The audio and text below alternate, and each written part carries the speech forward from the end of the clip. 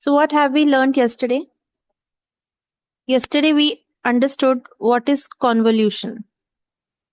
So, basically, it is a process of, we take patches, bigger patches of like images, okay? And on top of that patches, we slide a filter, okay? A smaller filter. And how many steps it slides over, that is known as stride. Okay. So this was a convolutional step. So this was stride. So anyone, if I ask you, what is a stride? How would you define? Anyone is willing to answer this concept of stride? How much a filter is hopping over that pixel is can be called as stride. Is it? Correct. Very, very correct. Okay. How much steps it is hopping? It that is known as stride.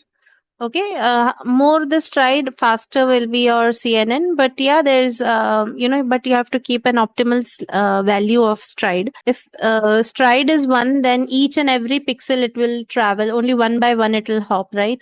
So it can take a lot of time and a lot of computation. But if you have a stride of 10, for example, so it might miss some pixel, data loss can happen. That is why, having stride of 2 to 4 is better, okay, depending upon how you're taking the patches, how bigger is your filter. And then I've also told you what is padding. So what was the equation once again? Anyone does it remember? N minus f1 f plus 1, was this the equation, right? So Yes. n is the number of the cells, the number of pixels, the box, okay, and f is the number of pixels or the number of box in the matrix. So usually what happens is, like, if you take a 3 by 3 filter and you run over a 6 by 6 patch of your image, so what happens, 6 minus 3 is 3 plus 1, you two of the pixels, like 2 by 2 pixels, 2 by 2 grid is lost. So what you do first, to get a 6 by 6 output, here you have to determine the value of n minus f. So you know what is f. So f is 3 because we are passing a 3 by 3 filter plus 1. So like that, we have determined that if there is a 8 by 8 patch, then we can get a 6 by 6 filter. So these values can change according to what is your workflow. Okay, these are not the fixed value. And this 3, you filter value can also change every time you're not using 6 by 6 filter also. Pardon me, please, ma'am, but can you explain it again? I I'm not mean, telling what is these n numbers and are not, well, these numbers are not fixed. So n is like I told, this is the whole image, this is the whole slide. So in this whole slide, suppose your tissues are lying under these regions. I told you this can be like 10,000 by 10,000 pixel uh, image. Okay. So when you multiply it, it can become a 10 billion pixel image. So this is a very large image. To histopathological images are very highly, they are very large, high resolution, higher pixels. So what we do, instead of taking the whole image, is we break them into smaller patches like this, grids. I've shown you. You can see I've uploaded the day 2 histopathological image video, and also the day 3 where I have introduced you with the data set. In that UBC ovarian cancer data set, you can see that whole images are divided into small tiles. Okay, so just like that, here also, completely one full image won't be processed. The image will be broken down into patches of pixels. At a time, only some amount of pixels are processed. Then it moves to another patch. Then it moves to another patch, like that. Okay, so the size of these patches, what example I gave you was a 6 by 6 patch. That means you have 6 patches in a row. Okay, and likewise you also have a 6 patch in column, like this. So you fill this. So a 6 by 6, as in you got 36 pixels. Okay, like this. Now you got it. So this is a patch of image, a part of image you can say. And when you pass a filter, so the size of filter must be smaller than the patch. Patch is the part of image, and then you're sliding a filter. I've if you forgot what is a filter, you can just by tomorrow everything will be uploaded, even today's class also. So you can go through all the videos at once. If there's a continuation, you'll understand it much better. So we had passed a 3 by 3 filter, and you remember that in the 3 by 3 filter, if I show you here the filter that we had used. Yeah. So this was the 3 by 3 filter. Okay. I cannot zoom.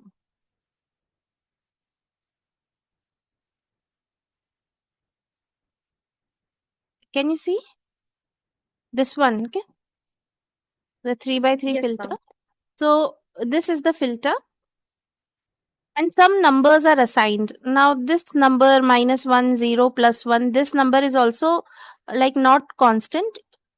It gets changed. I'll tell you when it is changing. You are not changing these numbers. Since it is artificial intelligence like deep learning, it will change by itself. Now this whole filter will uh, slide over the patch. Okay, not all the image at once, but patch by patch it will do. So so all these things you can watch the previous video again. So I just gave you an example yesterday of a filter sliding over a patch of image to detect vertical edges are present or not. Okay, vertical edges are present or not. And just like that, there are other patches also, some other, sorry, other filters also.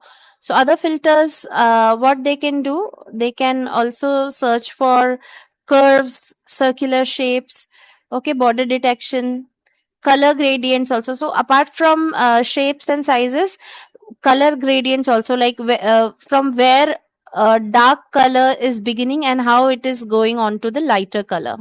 So like that. So then some complex features also you can find, like where are the desmoplastic stroma. Now what is desmoplasia? It is very dense, more of the blue and purple color, so that signifies malignancy. Okay, so all these things. Now where are the chromatins, where are the nucleus, all these things. So each filter can have different types of features to learn. So basically what each filter does is it will you know try to learn one feature. So it will learn feature. Okay, and after learning the feature, it will generate each filter, single filter will generate a feature map. Okay, so make sure in mind that right now whatever I have told, this is the first layer. So in the first layer, it is trying to learn where are my vertical edges. In second layer, it might try to learn something else. So even in the first layer, you can have many filters. Okay, so how many filters we can have? It depends on your choice. So we can have 32, 64, 128 by the power of 2. These numbers are in a pattern like power of 2. Like 32. After 32, you can have 64 filters, or you can have 128 filters. You can have 256 filters. Like that. Okay, 512 filters. Like that, you can have many filters. And all these filters are present in a single layer. So after its work is done, then all these filters in second layer, when it goes, it will learn some more complex things. Okay, now I'll tell you how layer by layer we are propagating. I'll just tell you later. Okay. So till now, stride padding also I have told you. So 8 by 8. Yeah. So we told if we use 6 by 6, if we use this 6 by 6 patch, the output is only 4 by 4, so there's some loss. So what we had done, if suppose we have 8 by 8 patch, what we did, we added two more. So we had calculated the value of n as 8, and we added an extra row and extra column. That's it. And what did we do? We assigned the value as 0 over here, so that the value of my original 6 by 6 patch is not changing. Even though I'm adding extra row and column, okay, you just look here. So this is the extra rows and columns that we are adding, but the value what we are giving is 0. So the size of the patch is increasing, but the value of the original patch is remaining same. Now this, when it is giving me output, it will give 6 by 6 original output. So data is, we are minimizing the data loss like this. Okay. So moving on. So after that, what we have done till now, we had given an image. Okay, so that image resolution was 224 by 224. Now you should ask me the question, why 224 by 224? Don't sit, idle. Like, you should ask me question. Now some architecture, these are the optimal resolution you have to give. 224 by 224 patches you have to give to the architecture that we are going to use. Ma'am, can we use any other dimensions other than 224 to 224? Yes, we can use that also. But for efficient net B0 that we are going to use, efficient net B0 architecture, it needs 224 by 224 patch. And on that, the filters will pass. Okay. So when the filter is passing, that step is known as convolution. So you have learned till here. Now, what we'll do is, after you have convoluted, now you have to give an activation function. Okay, activation function. So the convolution is over. Understood? Convolution is nothing but the filter is passing and it is generating a feature map. I'm throwing a question at you. Can you tell me how many feature maps are generated? Anyone, can you tell me how many feature map will be generated?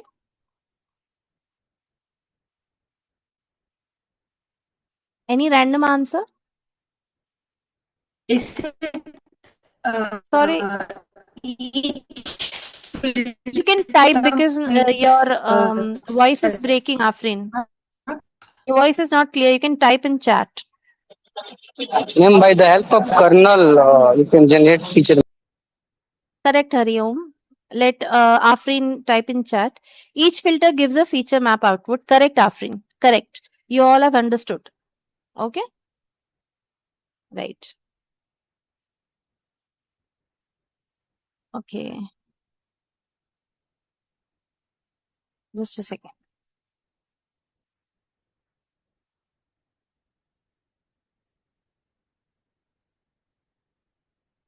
Yeah. So what we'll do is, so the amount of filter passing is the number of feature map, and then this is only for layer 1. Okay, so you can see, we know that later on we are going to have different layers, but even in a single layer also there are many feature maps. Okay, even in a single layer, suppose this is layer 1, so in that we have feature map 1, feature map 2, feature map 3, all stacked one above the other. So in fact, there are many data encapsulated within the first layer. And likewise, we are going to have many layers, layer 2, layer 3. It depends on you how many layers you're going to form. Right? Now, all these things, image we are giving, we are doing convolution, and then we have to give an activation function, then we'll do max pooling, and next, so that next, after this next block will give you the layer 2. Got it? Till now, let us understand what is a single layer. So till convolution only we have done, it is half of the part. Now what is activation? So convolution gave you feature map. So feature map is also a grid of numbers. It is giving you feature map only with the help of a number, And yesterday, while the class was ending, I had shown you, the output is also like a number only.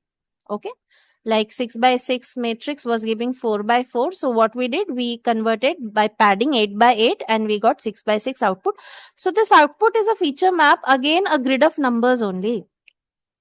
Now this grid of numbers that are inside, these numbers are now containing some pattern. Okay, each location of the image, what pattern they are showing will be stored in the form of number here. Now these number are raw numbers. Okay, so the filter was like -1 -1 -1 0 0 0 +1 +1 +1, an example filter. So all the values will be multiplied by the value whatever the it was there in the patch. Okay, sometimes what we can get, we can either get a negative number, we can either get a small positive number, we can get a very large positive number, or we can also get a zero. Because you see in the middle column we have got zero values also. So all these numbers, now these numbers definitely they are having pattern, but they are still raw numbers. Okay, so these are raw numbers, they can be negative, very large, or very small numbers. Now we raw numbers take much space, computationally very intensive, very difficult for the CNN to understand the pattern. What we do now, we are going to clean and then we are going to compress it. Compressing it means making small, and at the same time there is no data loss. Here that means the pattern that the computer had already learnt during convolution should not be lost, but it should be compressed. The dimension should be small. Okay, fine.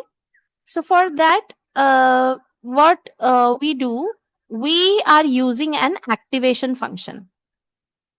For cleaning this raw numbers, we are using an activation function. There are many activation functions, but one of the most commonly used and widely known activation function is ReLU. Okay, ReLU is rectified linear unit.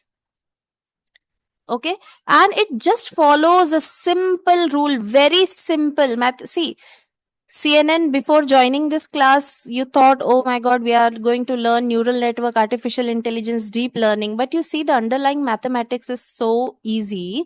Now, the ReLU, that is activation function, what it is doing?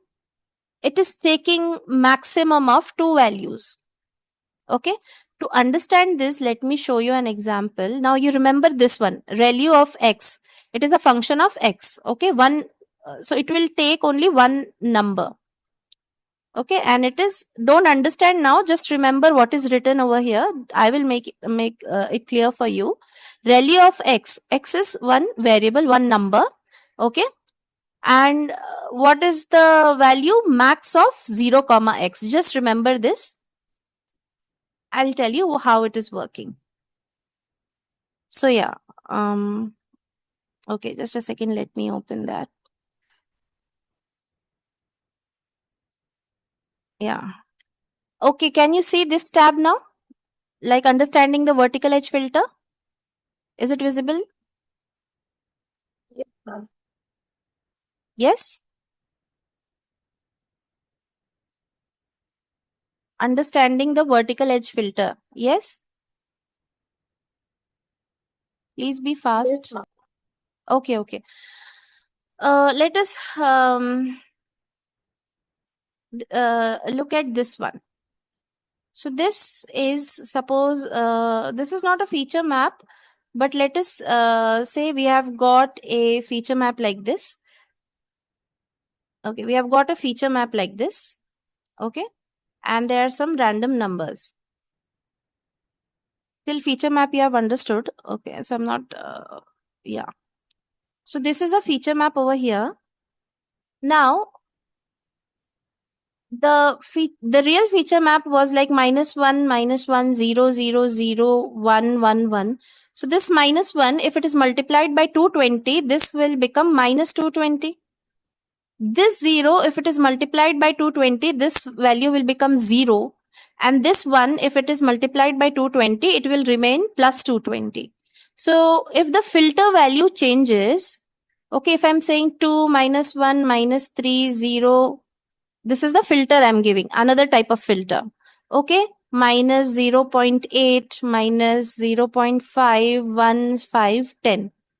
So the value of this will be multiplied by this, so it will become 440. This will become minus 220. This will become minus 660. Okay, then 0, this will become 0. And this one will become here point, so this will become minus 176. So can you see we have got number 0 in feature, after feature maps are generated, we have got 0 also, we have got minus 220 plus 440. So all kinds of number we are having. Got it? Okay. Yes, ma'am. Fine. So yeah, moving on.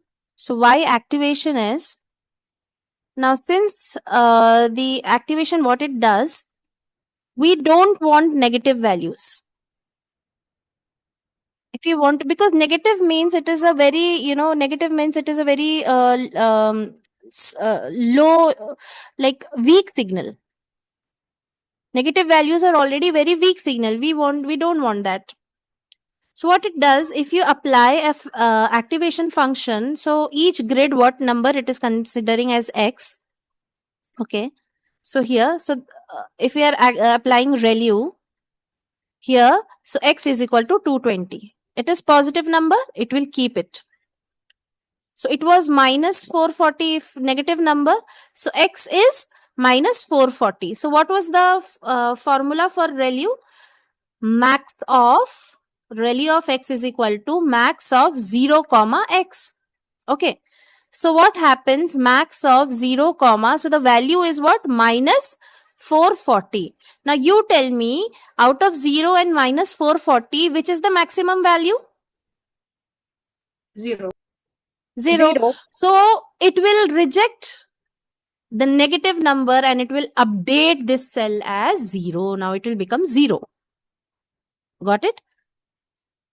So if you have a large number minus 600, it is computationally expensive.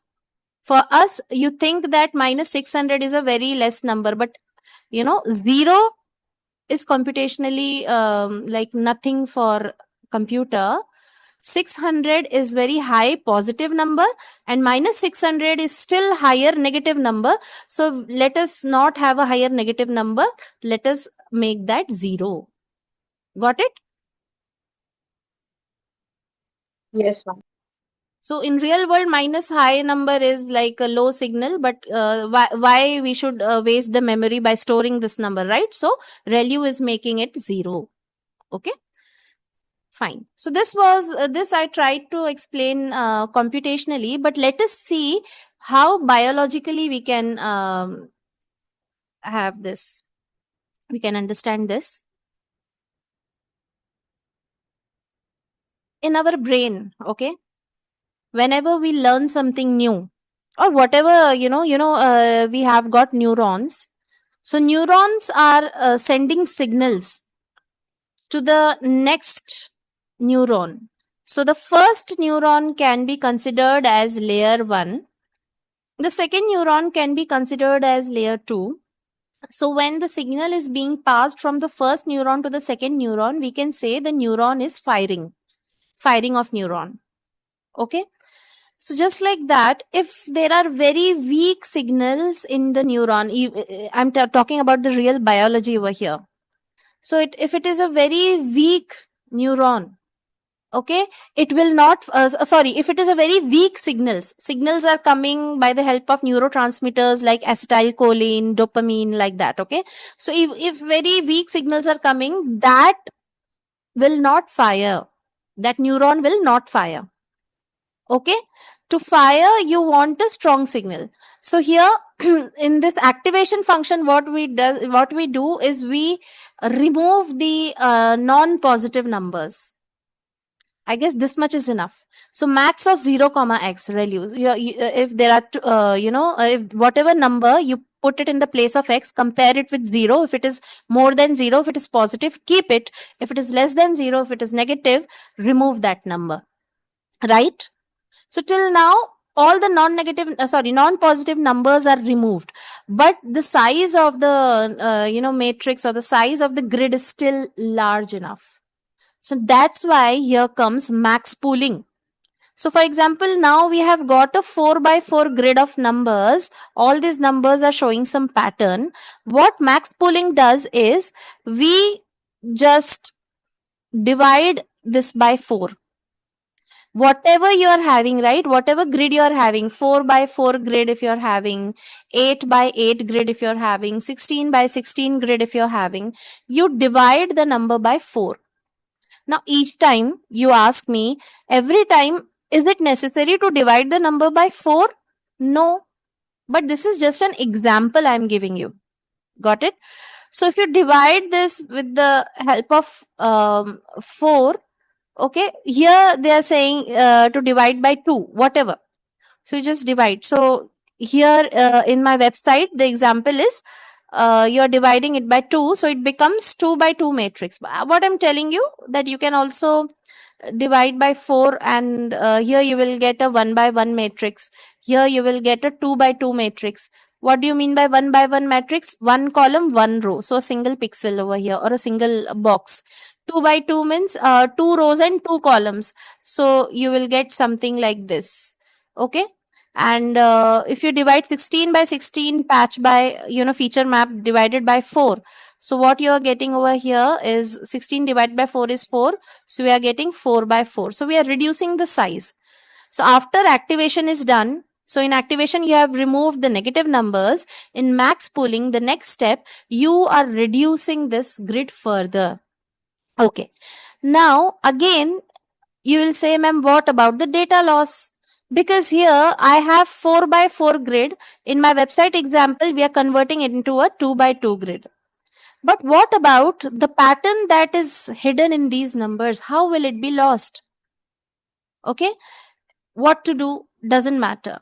Okay. If I want to divide this, so what soft pooling does is break this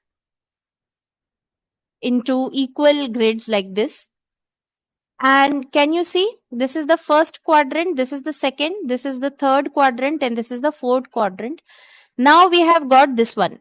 This has 4 numbers: 1, 3, 5, and 6. Okay. In this, what is the maximum number? That is 6. So it will pick up 6 and write over here. Now let us go to the second quadrant. Okay. So the second quadrant here, 2, 4, 1, 2. So the maximum number was 4 and it placed the value as 4 over here. In the third quadrant, right? So in the third quadrant, 9, 8, 7, 6, this was the highest number. So they placed the highest number here. And in the last quadrant, 3 is the highest number. So they placed the highest number over here. Got it? So the data, the most of the patterns are here, 6. So we kept this highest number. From here, we have kept this. So like that. So what max pooling does is whatever the size of the feature map, it is reducing it while keeping the maximum information. Yes, the data is lost, but the data that is lost, they are negligible, lesser number. Got it? Got it? Yes, ma'am. Yes, ma'am. So let us see what we did. We fed the image in the form of patch. Then we performed convolution. So convolution was sliding a filter over the image. Okay. After we have that, we have generated a feature map.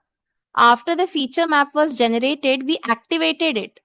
So activation function was used here, ReLU was used. Yes, there are other activation function as well. So what it is keeping? It is keeping the positive value and rejecting the negative values. Positive and zeros it will keep. Okay. And after the activation, now we are going for the max pooling. So max pooling is further reducing the size of the grid of numbers, but keeping the only maximum numbers and discarding the other minimum values.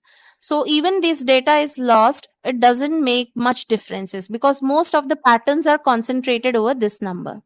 Okay. Okay. So one layer is over, right? You did. So CNN is not. So one convolution step is done. Max pooling is done. One convolution step is over. Okay.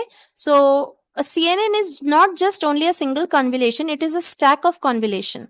Okay. Then again we'll go for activation function ReLU, and then again we will pooling. That is max pool that we have seen. So each block adds a new level of abstraction. That means every first layer they have done, extracted some feature, right? Now layer 1 is finished. So whenever we are going for the second layer, now the fresh data is not provided to the layer 2. So whatever function was done in layer 1, whatever layer 1 has learned now, it is giving it to the layer 2nd. Again to the second layer, image patches will be provided. Again it will do convolution in the layer 2. Again it will go for activation functions such as ReLU. Again it will do the max pooling, and in that already learned pattern, again some new patterns it will learn. If you want to understand, okay, suppose layer 1, you are studying A, B, C, D. In layer 2, what did you study? There are some vowels and there are some consonants apart from A, E, I, O, U. Okay, so A, B, C, D has some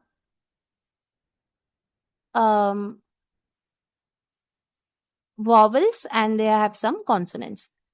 Okay. Now in layer 3, when you're learning more, now you're going to learn some syllables like H-E, he, H-I-S, his. Okay. W-E-V.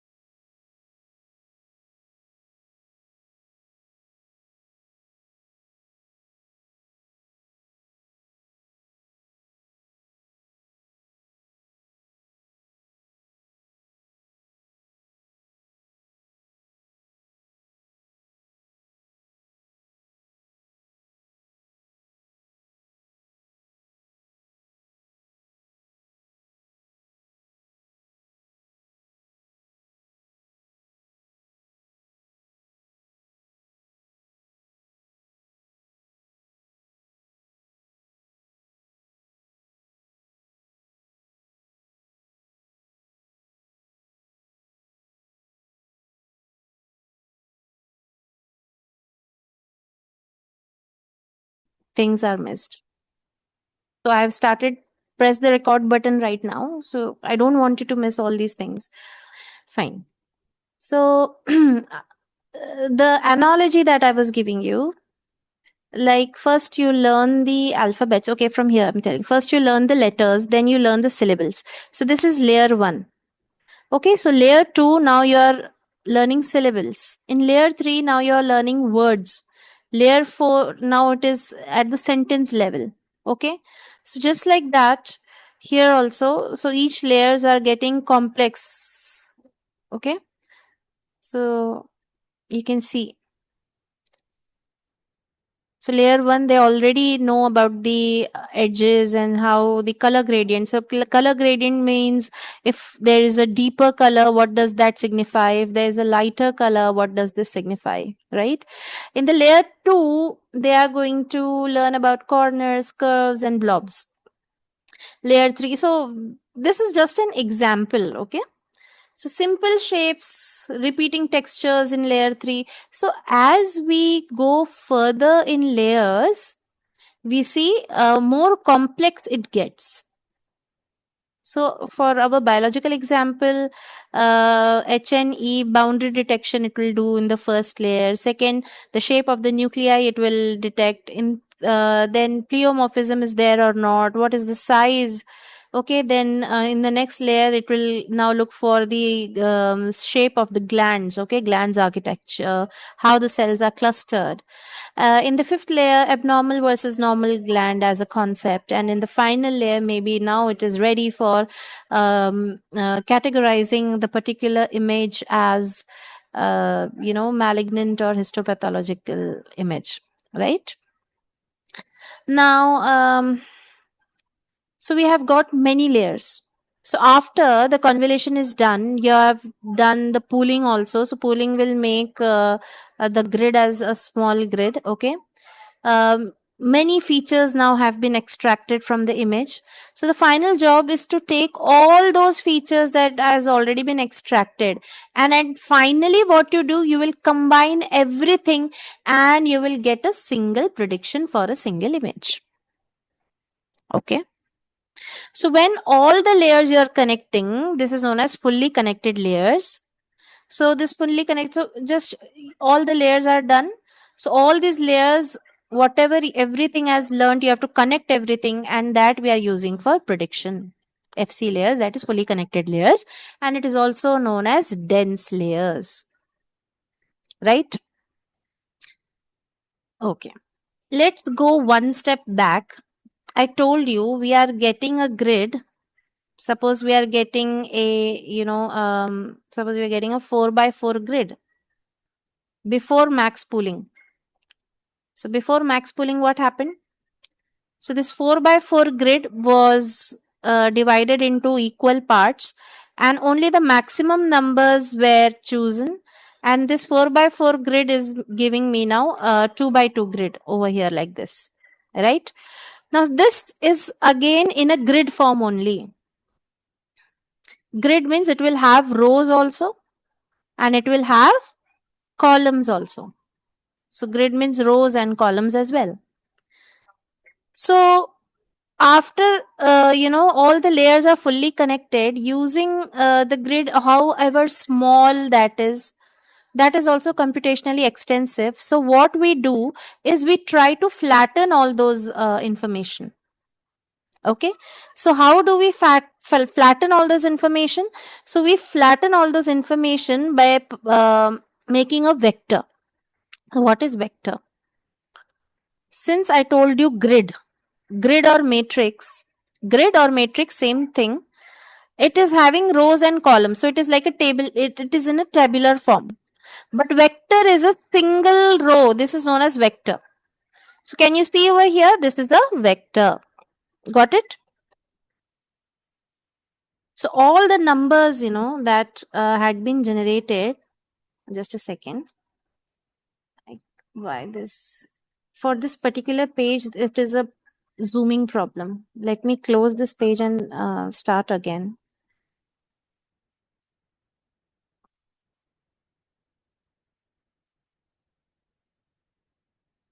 Yeah, now it is okay. So you see, after this, even after max pooling, we still have it in the form of grid only, right? Now, when we want to flatten it, so we want only one row and all the numbers should be written like this. Got it? Now you known as flatten. Now you understood what is flattening? So when the data is in Yes.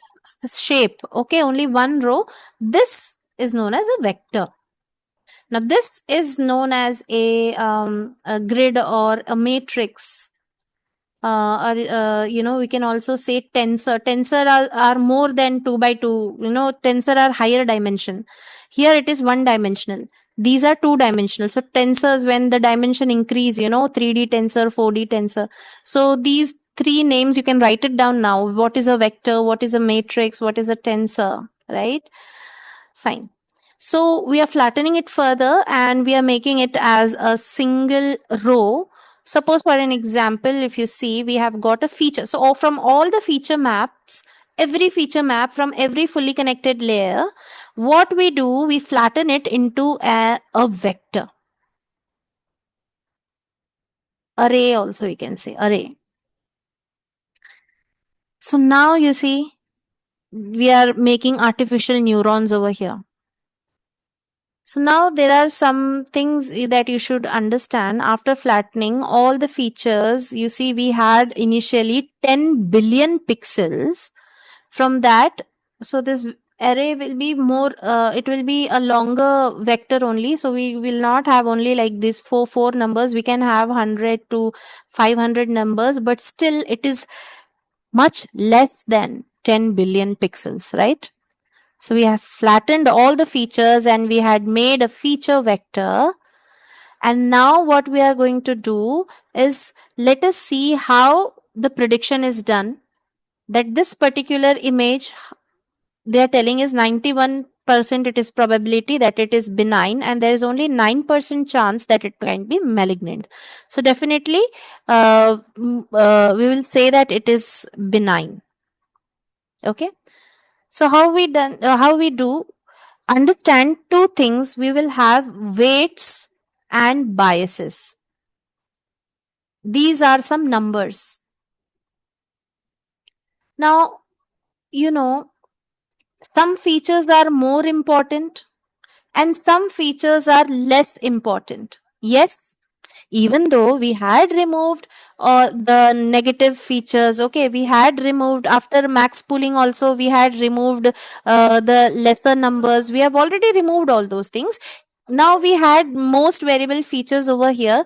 Even though in these features also some are more important and some are less important. Yes, got it? Yes, ma'am. Okay. So in this, what you're not going to assign like weights. What the computer itself might have understood that some features are more important. So those features will get a higher weight. And that weight will be multiplied by the feature number, corresponding feature number. So you can see the first feature that is in the feature number, the first number is 12. It is going to get a weight of 0.5. The second feature is going to get a weight of 0.1. The third feature is going to get a weight of minus 0.3. That means the computer is thinking that it is not such an important feature. So negative number it has given as weight. And the last feature has been given the maximum weight. That means this feature, this number which encodes a certain feature, this feature might have a maximum, importance. Okay, right? So you got it? So in the next step, you see Yes. 0.5 is multiplied by 12. How we got this feature vector? By flattening the, after max pooling, we are flattening also. Again, we are reducing. And then the CNN is assigning some weights also. Higher number of weights to more important feature, lower value of weights to less important feature. And then they are calculating. And then we are assigning, it is your homework also, learn what is bias. See, I'm just telling, this is your homework, that is your homework. Now these all I'll be editing and removing out from the recordings.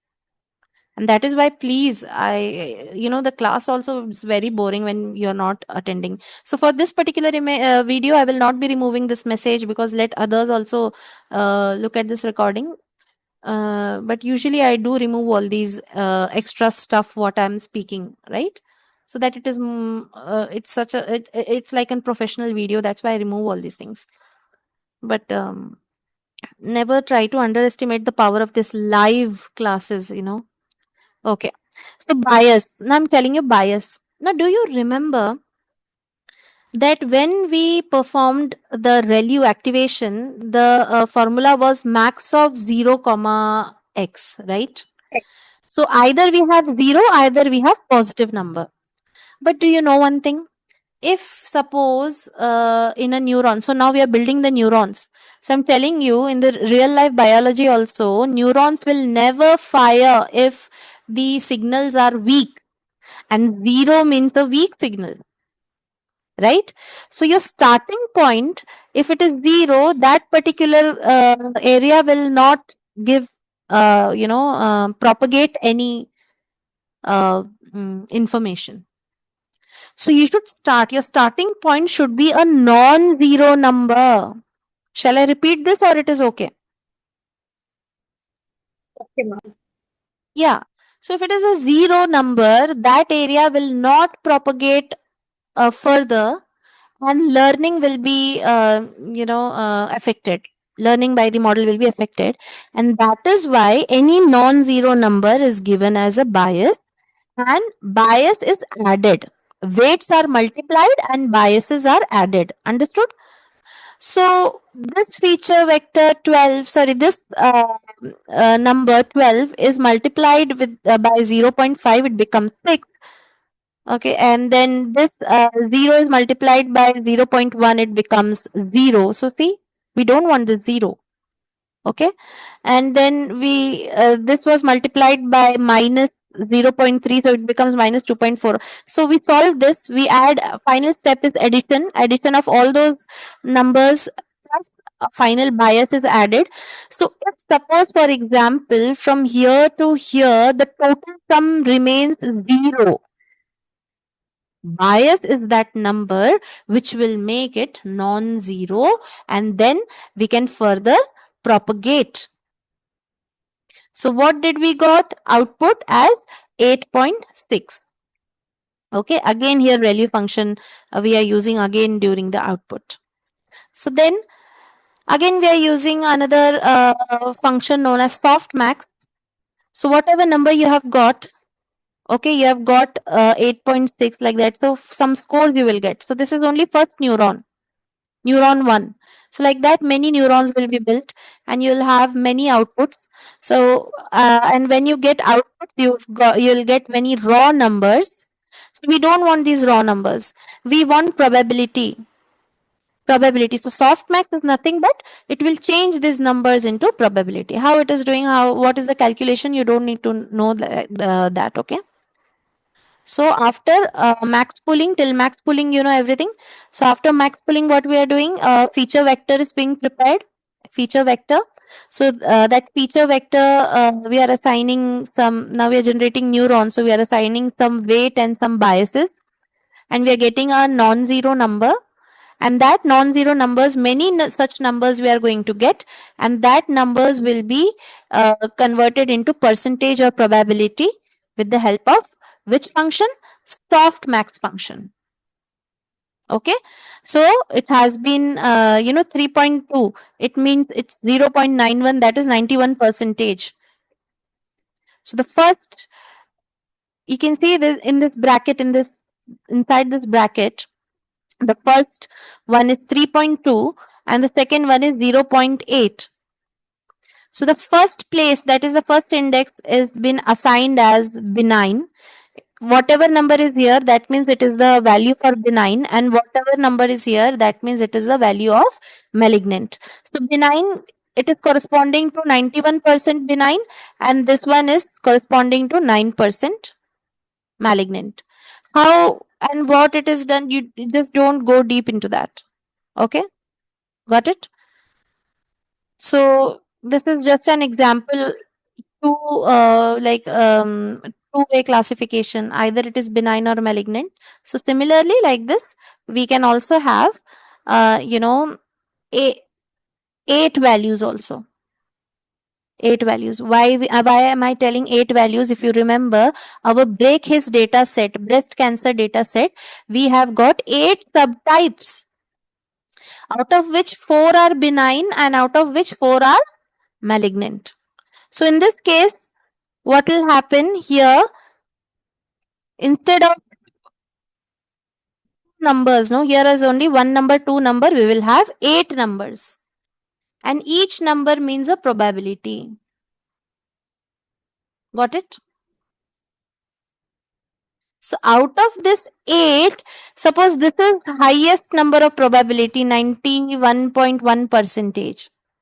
So this particular image is corresponding to this subtype, like that it will be calculated.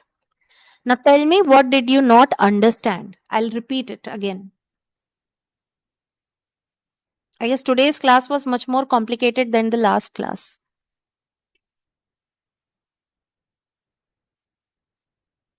So, shall I move on further?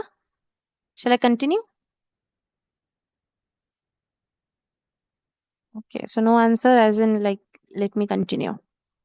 Fine.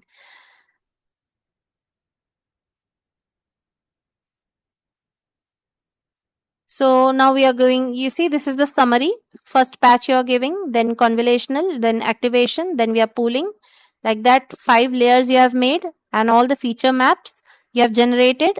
Then you are flattening. So you have got up, from this 10 billion pixels, you have got now only 25,088 values. Okay, then we are connecting all these fully connected layers. How many layers you have? You have got 512 layers. Okay, then again you can flatten again and again. Okay, understood? Yes or no?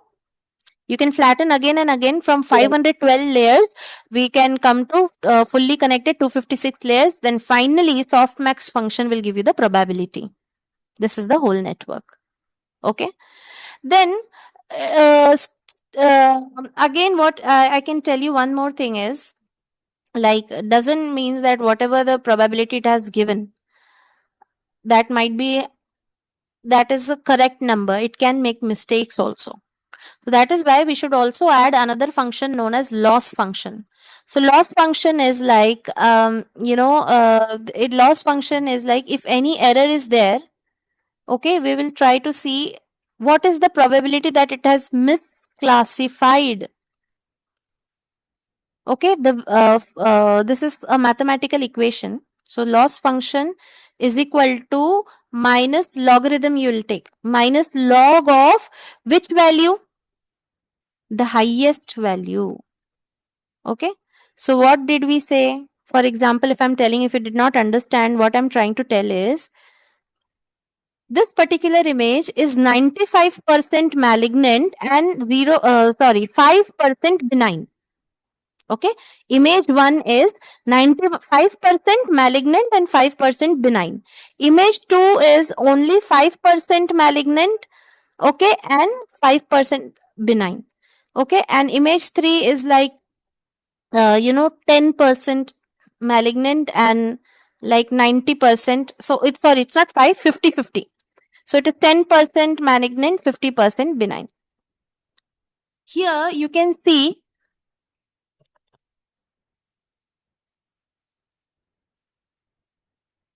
in the first example, if you can see, highly confident that it is malignant because the number is more, right? 0.95, that means 95%. 0.05, what does that mean? Only 5%. So it is highly confident that is malignant.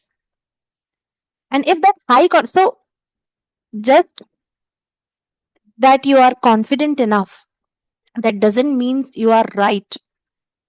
If you are highly confident and you are right, then it is okay. No problem. Okay? When does the problem comes? This is also kind of a problem only, but at least the our system is telling us, our this is telling us that I am uncertain. Okay, no problem. Here humans can intervene and then they can predict whether this is what I can say, whether it is benign and malignant or not.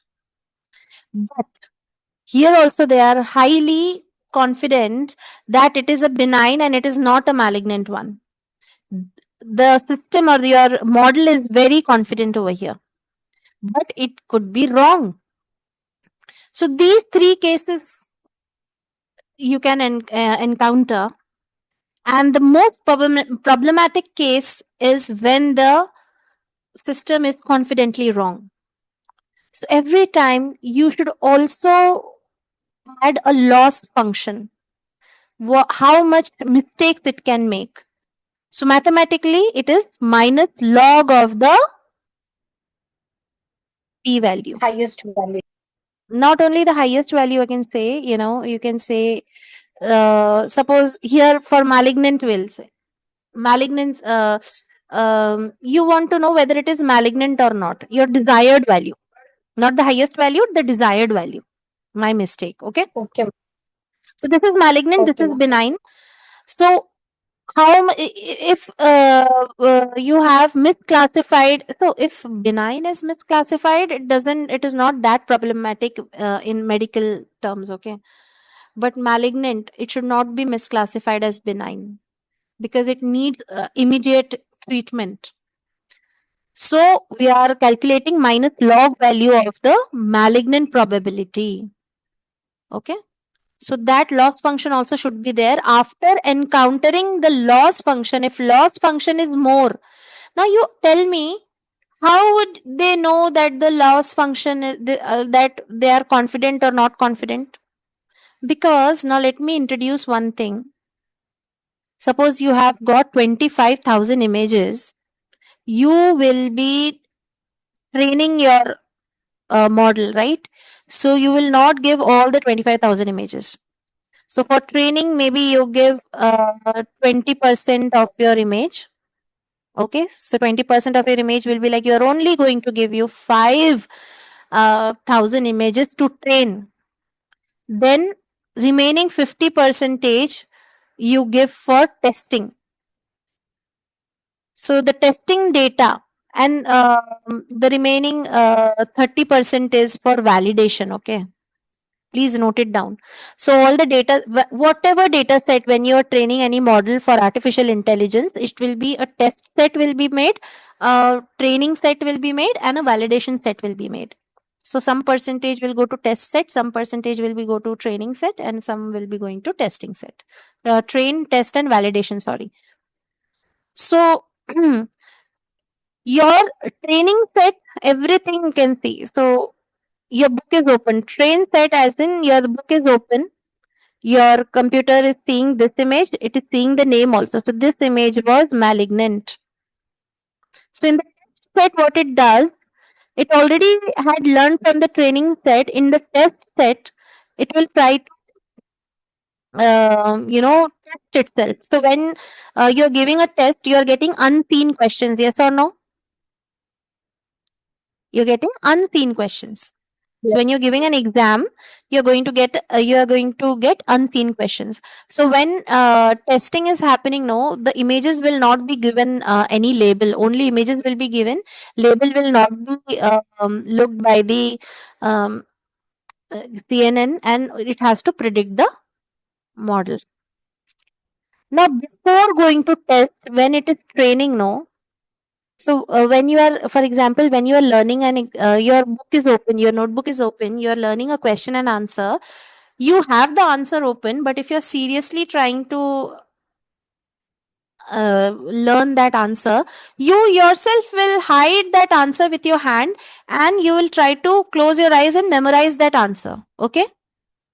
Then if Yes. suppose you want to check yourself, now you will open that answer and see whether am I right or wrong. CNN will do the same thing on. So first it will try to predict that it is 95% malignant, or it is 5%, 50% malignant, or it is 10% malignant. Then it will also look at the train set, because for training, open book we are giving. And then it will try to correct itself. Am I predicting it correctly or not? And then it will say, oh, no, no, no, here my minus log p value was not good. My loss function is not good. Got it? Yes, So it ma'am. will not learn in one go, no? So now what you do? You go for back propagation. Again from beginning it will learn. Now what they will do, they will understand that the weight for certain feature they had assigned weights, and that weights were multiplied, right? They will change the weight. Before, the last one 0.8, this weight was higher, right? So no, that was wrong. So I will reduce this weight and I will increase some other weight, and then let us start again, and then let us see whether I can decrease my loss function or not, again and again. And this process is known as back propagation. From beginning it will try to learn again. Got it? Yes, ma'am. Now, some vocabulary you should know.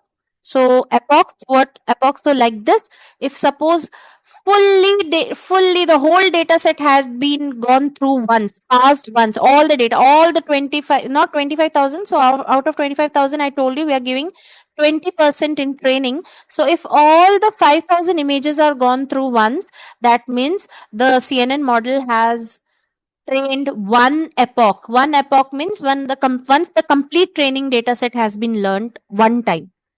Like that, we can repeat the epochs also. So we know we have got various filters. Many filters will make many layers. Many layers will be then converted into fully connected layers. We had 512 fully connected layers, 256 fully connected layers. Then, suppose if all the images, 5,000 images, has been gone through once, then we say one complete epoch is completed. Okay. Then, what do you mean by batch size?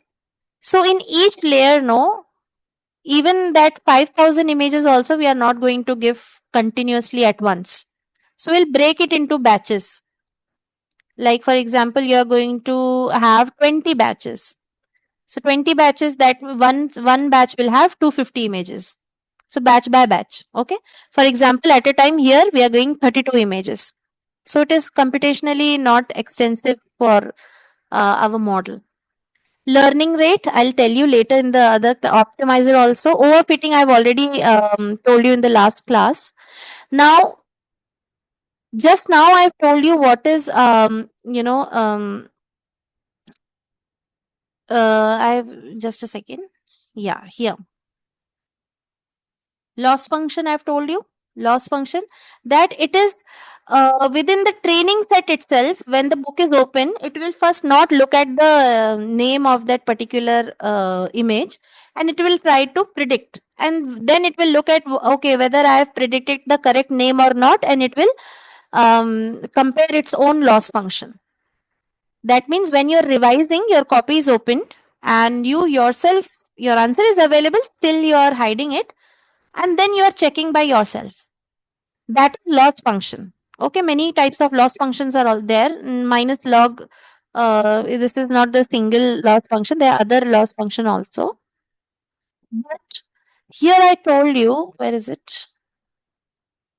Yeah, this one here, validation loss. Now this loss is not during training. This is the last step, real testing when you're doing with the unknown data. When you're doing at that time, what performance it is giving at the time of validation, that loss is the performance indicator. In exam, how much, in the real exam, how much you are losing, that is validation loss. So the loss function, previously, just now that I've told you, was the analogy of revision. While revising, how much you have lost your, how much you have forgotten. That is the loss function. But validation loss is like during the real test, how much it is lost. So this is the real performance indicator. Got it? So these things you should know. In detail, we'll see.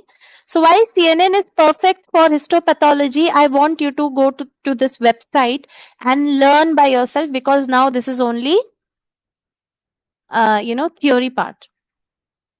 I've explained everything to you. Okay? WSI, whole Okay, slide ma'am. images. Mapping to your, how will you be mapping it to your project? Do not go for transfer learning now, because another separate day is dedicated to transfer learning. Here, what actually happened in your training step by step. So since transfer learning is there, so I'll not tell you fine tuning and all, you'll not understand these things. You can skip that. Here you can read this one, real biological intuition. This you should know, because I have explained it to you. What is nuclear pleomorphism, how the filters will respond to all these things. What is mitotic figures, I told you. What are glandular architecture, hypercellularity, more cell, more dense, I've told you that also it will find. So this you should go through by yourself. Okay, so see, this is one Okay, layer. ma'am. Biopsy, convolution plus activation plus pooling. Then feature maps are generated. After all the feature maps are generated, then you're flattening it. Flattening it means on the one list of numbers is generated. The grid is not there now. Okay. Then With the help of softmax function in percentage probability it is giving, and then final step is prediction. That is it. I hope now you understood what is CNN. Okay, these are the upcoming things.